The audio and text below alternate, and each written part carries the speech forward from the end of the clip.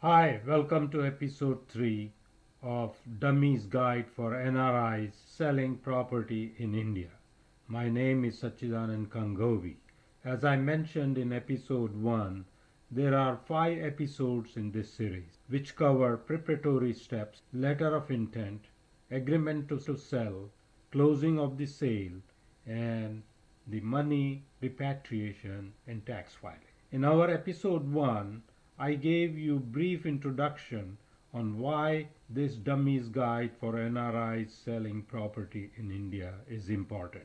I also described in episode 1 all the preparatory steps that you need to take before putting your property on sale in India. In episode 2, I covered the steps that should be taken after a potential buyer comes forward. This step culminates in letter of intent. This phase is successfully executed once the provisional verification from the buyer's attorney is received. This letter provisionally authenticates the documents related to property. With this brief recap, let me start episode 3 on steps to take to reach the agreement to sell. The main goal of this step is to fix a closing date for selling the property. Important points that must be discussed and negotiated with the buyer are shown in this slide.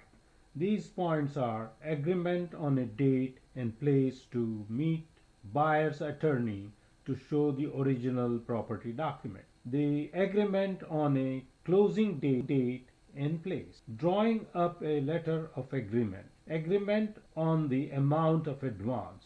Agreement on penalty clause if closing date does not take place after seller arrives in India. Responsibilities of the seller, and finally the responsibilities of the buyer.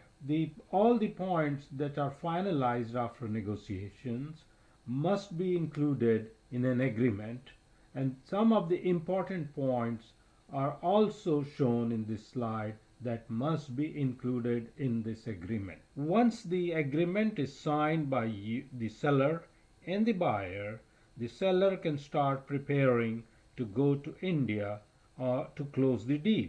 If the seller for some reason cannot go to India, then he or she can give a power of attorney. Here you must remember that the power of attorney, if it is given to a blood relative, then stamp duty is not affected. But if the power of attorney is given to a non-blood relative, then stamp duty goes up substantially. The outcome of successful agreement is a firm closing date. Closing of the sale will be covered in our next episode. So please stay tuned. If you like the topic, then please hit the like button and subscribe to my channel.